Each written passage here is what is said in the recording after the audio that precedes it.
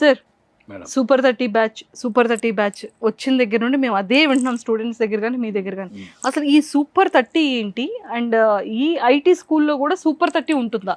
ఇంతకు ముందు we are organising training with placement programme, దాన్ని జాబ్ గ్యారంటీ ప్రోగ్రామ్ అనేవాళ్ళం. సో అక్కడ ఏంటంటే క్రౌడ్ని మేము కొంచెం లిమిట్ లేకుండా, ఎటువంటి స్క్రీనింగ్ లేకుండా తీసుకున్నాం. ఓకే. సో క్రౌడ్ పెరిగిన కొద్దీ మనం క్వాలిటీ ఇవ్వలేమనే ఐడియాతో సో ఒక 30 మందిని సూపర్ 30 ఏంటంటే ఆల్రెడీ మనకి ఐఐటి కోచింగ్ ఒకటి బీహార్లో విన్నా నేను.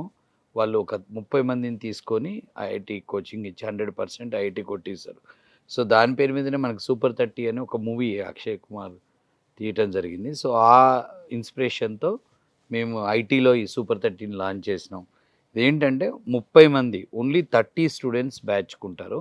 సో 30 స్టూడెంట్స్ బ్యాచ్ని ఫ్రేమ్ చేస్తాం.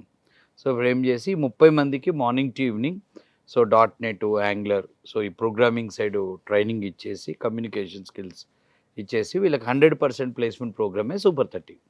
సో దీనికి ఏంటంటే మేము ఒక ఎలిజిబిలిటీ క్రైటీరియా పెట్టాం. అంటే ఖచ్చితంగా అంటే first priority BTech 24 passed or 23, లేదు కమింగ్ ఇయర్ 25 బ్యాచ్.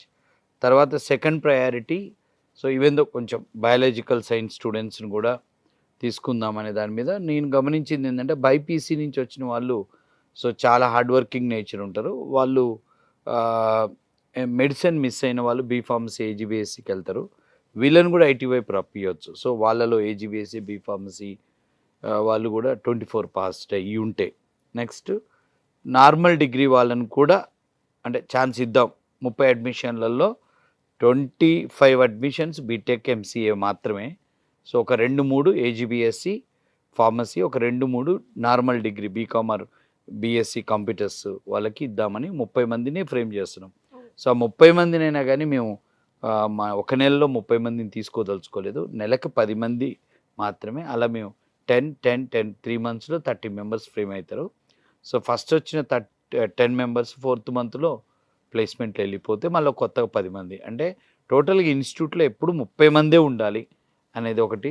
నెక్స్ట్ ఏంటంటే 30 మంది స్టూడెంట్స్, ఇప్పుడు మా దగ్గర 5 ఫ్యాకల్టీలు నాతో కలిపి అండ్ 5 హెచ్ఆర్లు, అడ్మిన్ కమ్ హెచ్ఆర్లు 5. సో 10 మంది స్టాఫ్, 30 స్టూడెంట్సే.